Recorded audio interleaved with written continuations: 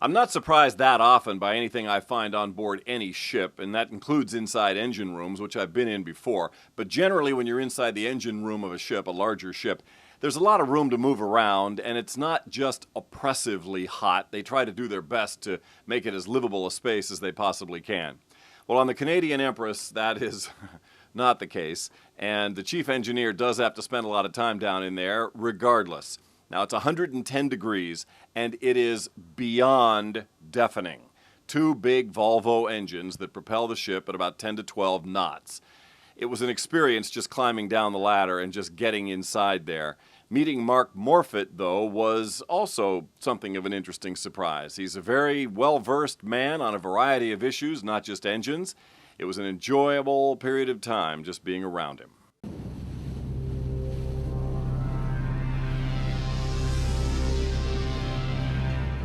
This is really the tale of one man, one brave and determined man. That's him out in the daylight, fixing a ventilation screen that connects the exhaust funnel to his real world. A world of noise and heat and vibration and oil and grease and diesel fuel. An underworld without windows or music or laughter or games, or any of the things you might associate with cruise travel. No, cruise travel for Mark Morfitt, the chief engineer on the Canadian Empress, is about to be revealed to you. But before we do, we have to hear from Mark himself, because once he goes into his office, he, you, me, cameraman Joseph Smith, none of us will be able to hear for quite a while. So we better talk now. Now you're hot and sweaty because down in that engine room, it's hot and sweaty. 110 degrees, that's nice today. It can get a little even hotter than that, so. I mean, that is some serious heat and narrow spaces to operate in, right? Yes, and I wish I was narrower myself so I could fit through things, but yeah, it is pretty tight down there. But they've done a good job in packing everything in. For example, all my air conditioning down there is under my workbench. And that's just one small example. And use that word deliberately. They've packed things in there quite efficiently. Is it designed to be a space that you can stay in for a little while, utilize, or is it something you have to just run in, run out? Well, I find myself able to stay down there for an hour or two, so it's certainly habitable in that regard. Although at 110 degrees? Yeah, but I guess I'm made for it, eh?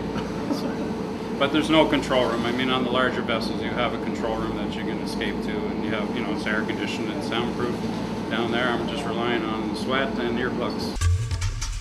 I think you do have to be made for it, because this place is intense. Here we go, we're going to follow Mark down in here, and guaranteed this is not going to be easy. One, it's going to be loud. Two, it's going to be hot. Three, it's going to be tight, because I can already tell this is going to be one big, nasty undertaking right here. Even though, yes, we can fit, and yes, we can make it, and yes, we won't fall. To drop into the bottom of this ship, you go through a soundproof door, and yes, it better be soundproof.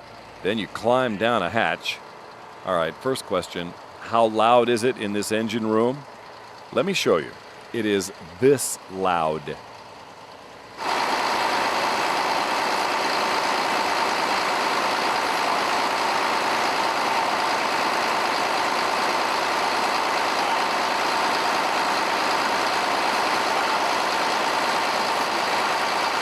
All right, let's bring that engine noise down a little bit more, maybe more.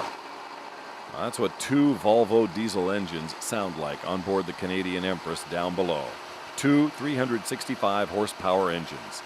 The other issue down here is heat. We heard Mark Morfitt say that it gets up to 110 degrees Fahrenheit in here, 43 Celsius. Incredibly, there's a blasting air conditioning duct that's trying to keep things cool. It only does so right around the duct, nowhere else. These engines are very durable. They require maintenance, but they don't break down.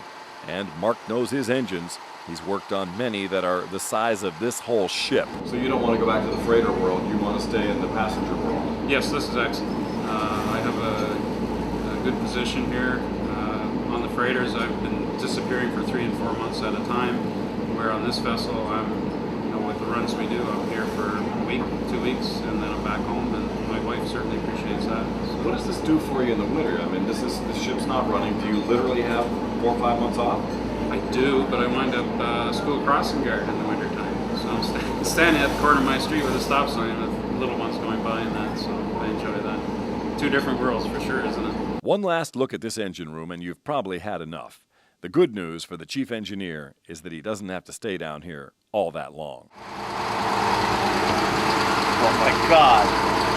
Oh my God! But while we're on the subject of dark corners of this ship, there's another compartment right next to the engines that fortunately is not quite so bad. You know, there always has to be a place like this on every ship, I guess, in some way. Now, here we are in the laundry. Not as hot and terrible as the engine room, but nevertheless not a place where a passenger wants to go or wants to be. Take a look at what's down in here. Laundry, storage, supplies, and an overall good job of keeping a place like this clean and orderly. And that's not always easy. But it feels better to breathe Canada's fresh air. So let's go back up to the top deck and get ready to meet some of the rest of the crew.